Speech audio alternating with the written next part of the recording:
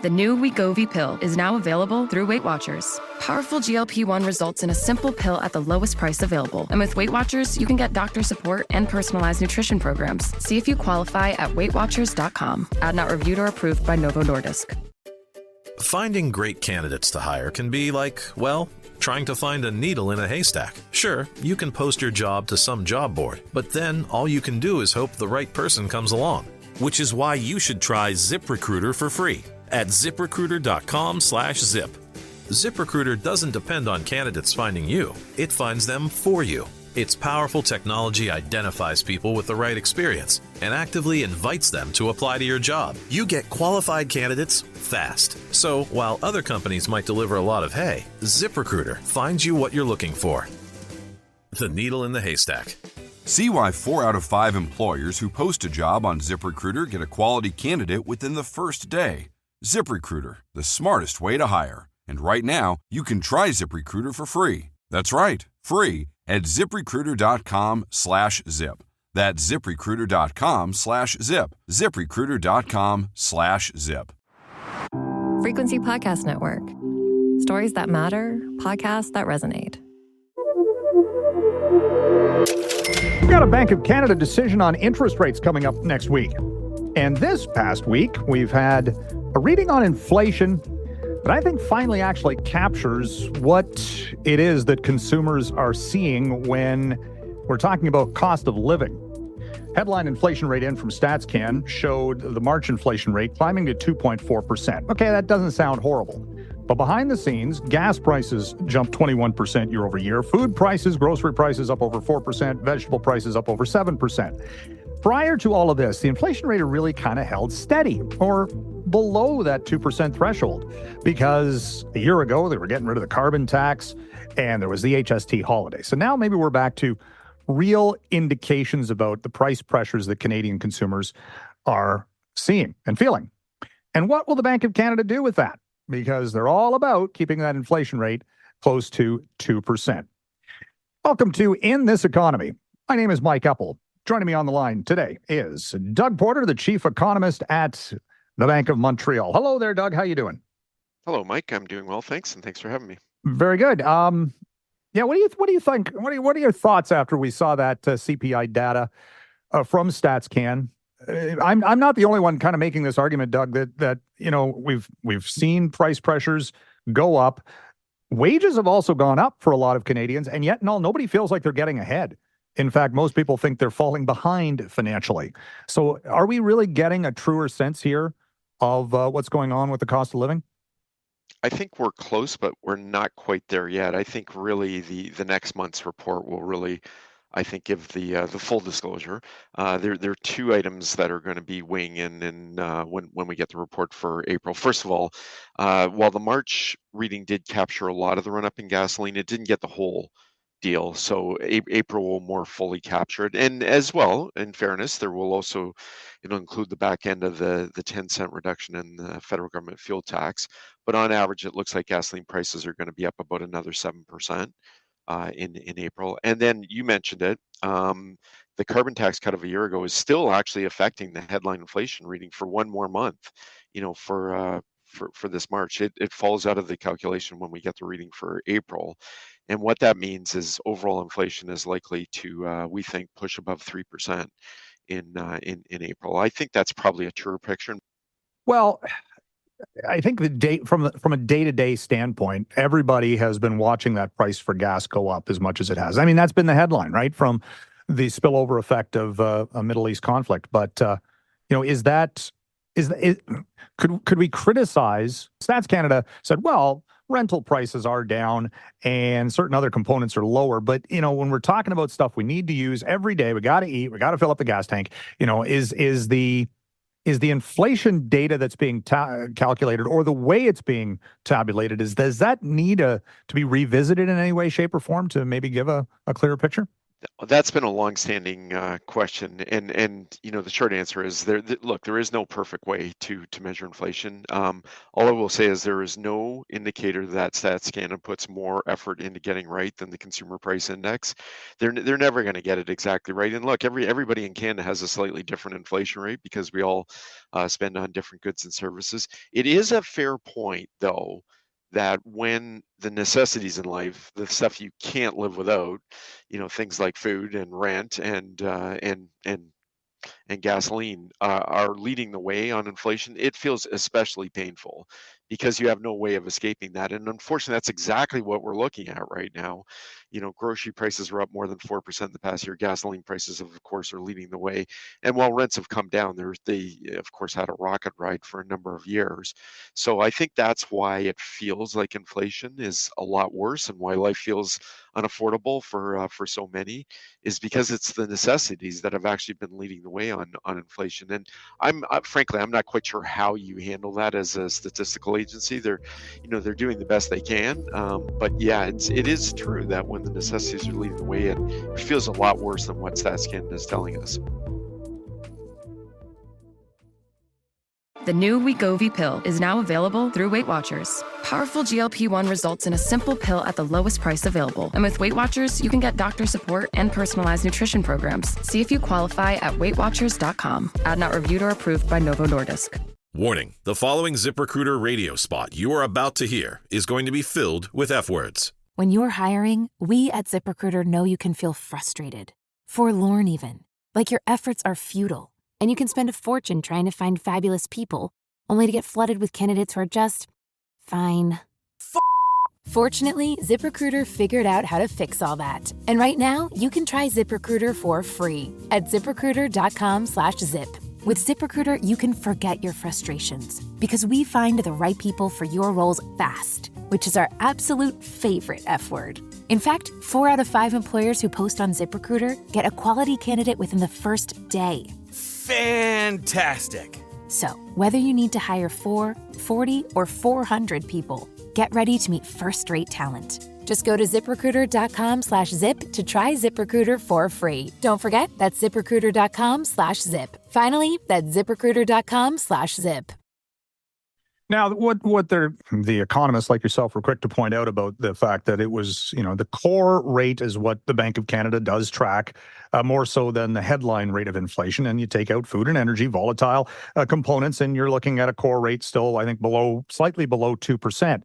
So, is that any cold comfort, I suppose, when we're talking about monetary policy that, there are some dampening effects that prices are coming down, and that once maybe we get through all this, we can stabilize things, or we'll see a more stable cost of living. And the Bank of Canada doesn't have to do anything about it with policy right now. Because let's face it, an oil price shock that we've seen in this case, as opposed to coming out of COVID, this is being driven by supply and not necessarily demand. So why would you raise interest rates under that circumstance?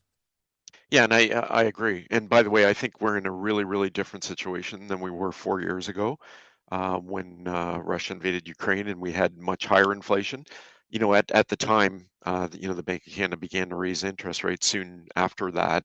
And there were many people who were making the point exactly what you're making at the time, that, there's nothing the Bank of Canada can do about oil prices, about the run up in grain prices that we were seeing at that time. Higher interest rates aren't going to bring down oil prices. But the difference then is underlying inflation was high and rising. And of course, we were emerging from COVID. People were really wanting to spend, and we were starting off with interest rates at basically zero. So it was a really different situation than we find ourselves in now. Interest rates are not at zero. Underlying inflation is not high and rising. It's actually, as you said, right on the Bank of Canada's target range. And so I actually think there's a really weak case for interest rates to go up from here. This time I do agree with those saying that the Bank of Canada should do nothing. That's not to rule out the possibility that they might feel that they have to eventually further down the line. But if I were them, I would just sit back and wait and see what happens here in the Persian Gulf, what happens to oil prices, and do not rush into it. There really is no reason to be hiking interest rates anytime soon, I believe. Okay, what if the first quarter, Tiff Macklem, the Bank of Canada governor, has already been kind of talking down what they're expecting to see for first quarter growth. And that was, at the kind of a couple of weeks into the U.S.-Iran war. And, they had downgraded what they thought from the start of the year when they thought, oh, it's just going to be about trade disruption. Yeah, it's more than that. I don't know if anybody, they didn't have a war in the Middle East exploding on their bingo card. So when you factor that in, do they take that and say, at some point, and say we might actually have to lower interest rates? I mean, again, we're still probably months away from that, but theoretically, the Canadian economy isn't doing great. Oh, I agree. And I actually happen to believe that there is more likelihood that the bank will eventually feel the need to cut rates rather than raise them. And, I have to say, this is actually a very unusual circumstance. I cannot think of too many times not just in the recent past, but the long past, where there's been a real debate over whether the bank should be hiking or cutting. Usually it's a matter of, we're debating the degree to which they should be moving in one direction. But it is not at all obvious at this point, what the next step is, up or down. I personally believe that they wait out what happens with Iran and oil prices, and I actually think that the greater risk down the line is that they're going to feel the need to actually have to cut interest rates, because, as you said, we're still dealing with all the uncertainty around the trade front. There's a chance that could be resolved, but I wouldn't count on it anytime soon. And the housing market is doing a whole lot of nothing at this point. And underlying inflation is pretty close to their target. So and fading, I think. So I actually think later on this year, and perhaps into early next year, there is a real chance the bank might feel the need to trim interest rates. I know they don't like to say that they're influenced by outside sources, but at the same time, we've got the confirmation hearings of Kevin Warsh taking place in Washington, and he'll get confirmed eventually. Right now, it'll be held up because, of course, what Trump and the DOJ are trying to pin on Jay Powell and the renovation of the Fed building and all that nonsense. But that'll go by the wayside. Warsh will get confirmed. And he, in the hearings, he's not saying he's going to be, well, the terminology that was used to describe him this week by those in the Senate hearings was, will you be a sock puppet for Donald Trump? And he was kind of sloughing that off, saying, no, I will not be. But if he starts cutting interest rates, would the Bank of Canada then be more inclined to follow suit, I suppose?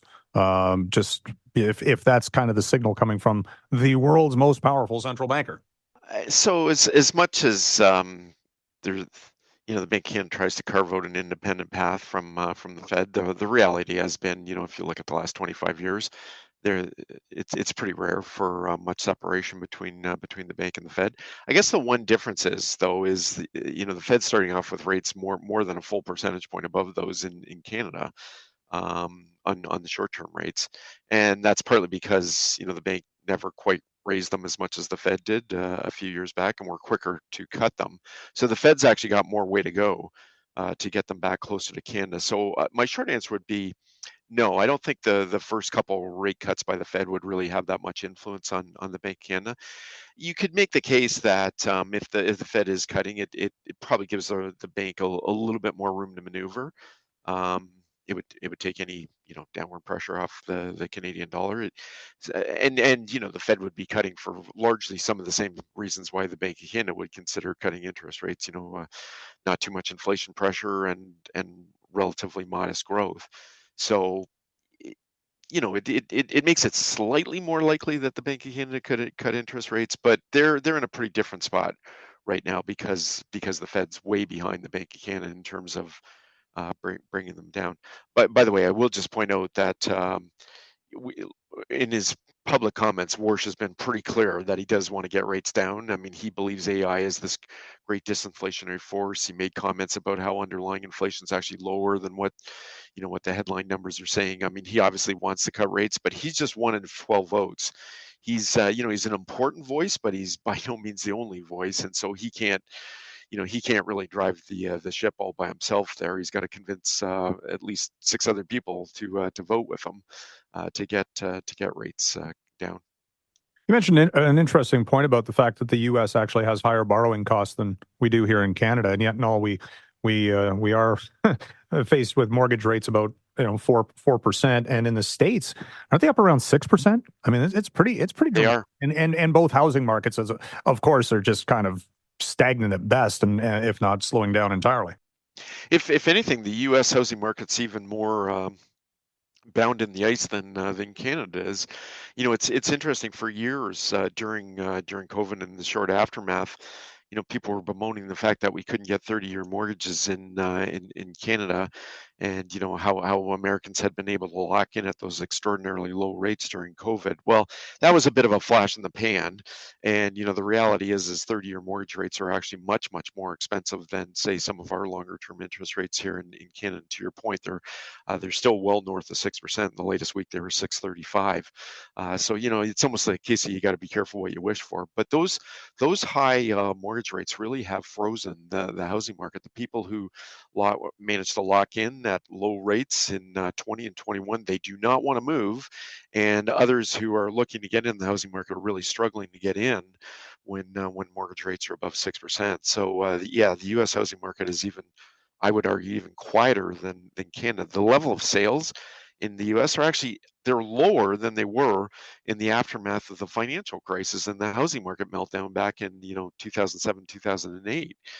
Just to give you an idea how quiet the U.S. housing market is. Well, next week, I think after the central bank's policy announcement, we've got I think it's GDP, right? We've got a GDP report next week coming up.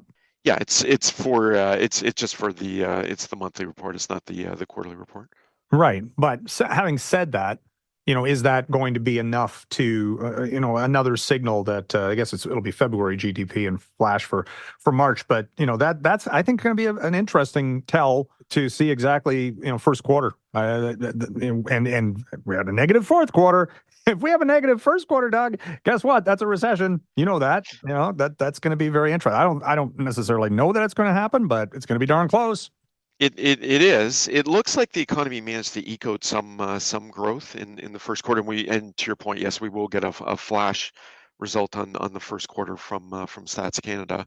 It's not an official number, and those numbers can really be revised a lot, but it'll give us a taste. And of course, the Bank of Canada and their monetary policy report will have a full-fledged forecast this time, and they'll give us their estimate for the first quarter. And by the way, they actually do a very good job on the near-term forecasting. They're one of the better ones, in fact, because they have reams of economists who look at these things.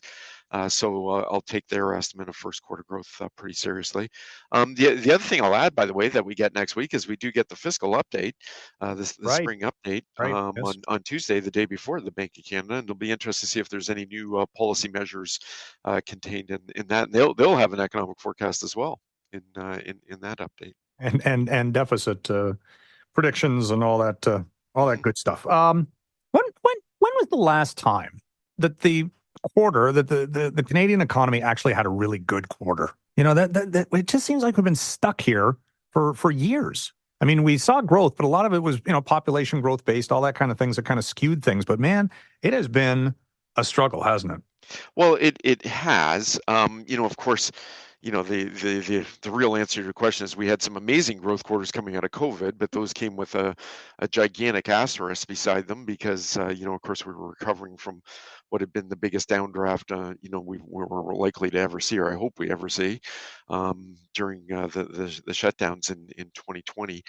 We actually, believe it or not, we actually did have a few pretty good quarters back in 2024 after interest rates had come down.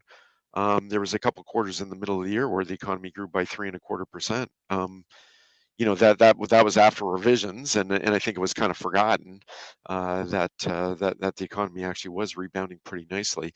But looking back before COVID, there actually were a couple of years like 2017, 2018 were not bad years at all for the Canadian economy. We were growing around 3%. That was a much more normal time, Doug. It was. Although, we were negotiating USMCA at that time, so we had trade uncertainty even back then. 1.0, yeah. So we can grow quickly. It's within the realm of possibility. I would say if these two shocks we're dealing with, the conflict in Iran and the trade war, simmer down and maybe even go away, I think the Canadian economy could reel off a couple good years if we weren't set with all this uncertainty. Well, it's going to get resolved one way or the other. So let's hope for the best. So anyway, next Wednesday, Bank of Canada sets policy. We'll talk to you then. Okay, Doug, thank you very much. Okay, thanks for having me. And that was Doug Porter, the chief economist at the Bank of Montreal. I'm Mike Eppel. You've been listening to In This Economy. Thanks for listening. We appreciate your feedback. If you want to get in touch, my email address is mike.eppel@rci.rogers.com. And on social, I go by @Eppman. That's EPPMAN. We'll talk again soon.